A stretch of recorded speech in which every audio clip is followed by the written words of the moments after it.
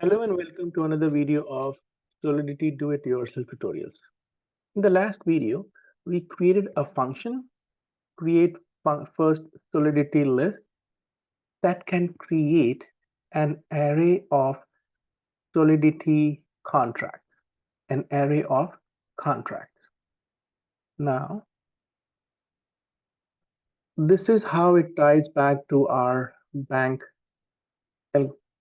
use case, wherein for an account, for a user's account, we will have a contract. It can be different, right? You can have different ways to implement it, but one of the ways is for every user, there will be a contract created, and that user can receive or send money amount out of that contract. So one contract every user, which replicates the real world or the non-blockchain world of banking transaction, right? So go and watch the video where we discussed our use case early on, and this is, we are just creating that use case. Now, I'm going to write functions in order to select a contract and add a transaction to that contract. So let's do a quick recap. When we had the first Solidity contract, in here, we had add transaction as a function. This transaction function took in a name and an amount, please refer to the previous videos, and added to the list the name and the amount for the contract that was created. So this first Solidity creates only one contract addresses and adds the from and transaction amount to that contract. The third Solidity, which is the manager of this first Solidity per se, would call this function add transaction from the first Solidity, pass in from and amount to put it in the contract selected. Confusing? Let's see how easily we can write it. Okay, so first I'm adding function add transaction, which is representing the fact that I'm going to be calling add transactions over here, and I'm going to say add transactions execute, and I'm going to do this a little. Okay, so functions add transaction execute UN256 index to number. So this index would tell me which contract from the array of contracts, and then from an amount remains the same as in the previous. So I'm going to create an instance like I did earlier, first Solidity, instance of first Solidity. I'm calling an array and based on that index. Next, I'm going to use instance first Solidity. I'm using the same instance as I did the previous one. And I am doing add transaction. So instance first Solidity dot add transactions, I'm going to pass the from and the amount. So this is the place where I'm calling the first Solidity add transaction. So I'm creating an instance of the first Solidity based on the index number that you pass.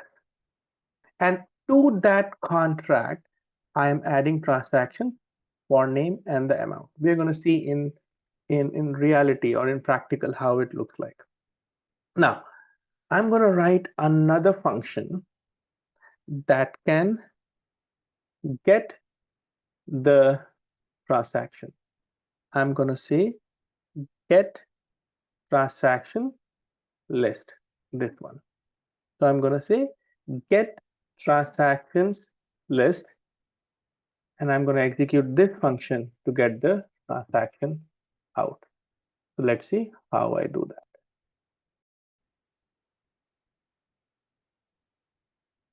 So function get transactions list execute.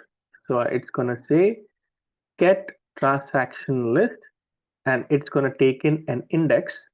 Go watch the previous video where we have created this function.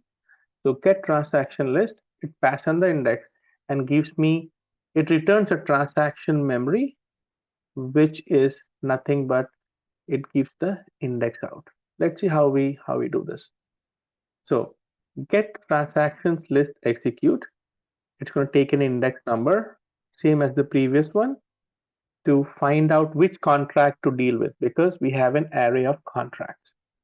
And then the transaction index, which is going to be passed to the first Solidity index. Make sense? So let's do that here. I go back in and say public view returns first Solidity dot transaction. Remember, transaction is a structure that was defined in first Solidity. So transaction is a structure that we defined in first Solidity, and therefore we are going to say that this function call would return a transaction memory. So if you go in here, you say get transaction list, it says it returns transaction memory. It's gonna basically return the same thing. And therefore, we are doing get transactions list execute index number to find out which contract, the transaction index for the first Solidity transaction, and it returns a transaction structure. It is complicated, right? But this is how what you have to learn. The first Solidity contract and the index, and finally it returns instant Solidity get transaction list. That means I'm calling that function and passing that index back.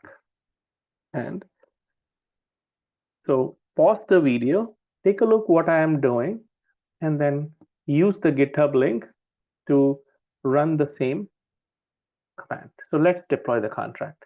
So I go back in here, I say compile third Solidity, and I go back in here and deploy that. I have already a deployed contract.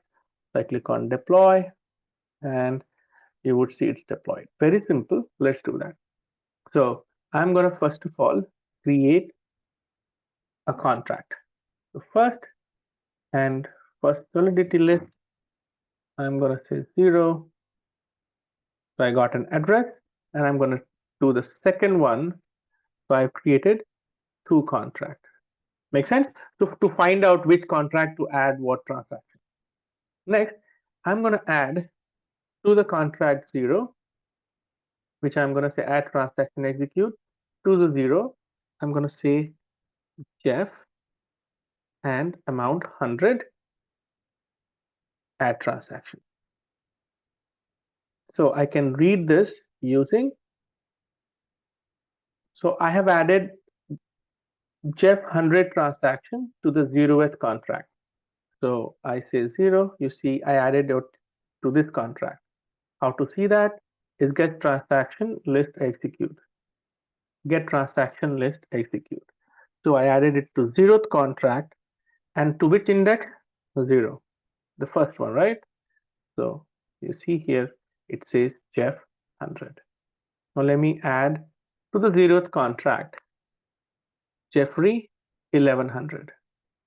So again, to this contract I'm adding Jeffrey 1100. So add transaction, and then I can say get transaction from the 0th, but now index 1 will have Jeffrey 1100. So on the 0th contract, I have Jeff 100, and on the 0th contract first index, I have Jeffrey.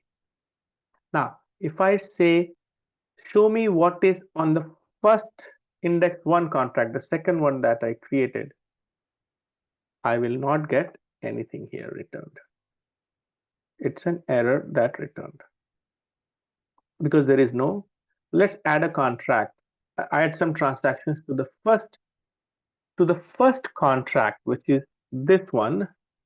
And I'm, instead of Jeff, I'm going to say Elon, and I'm going to say 200.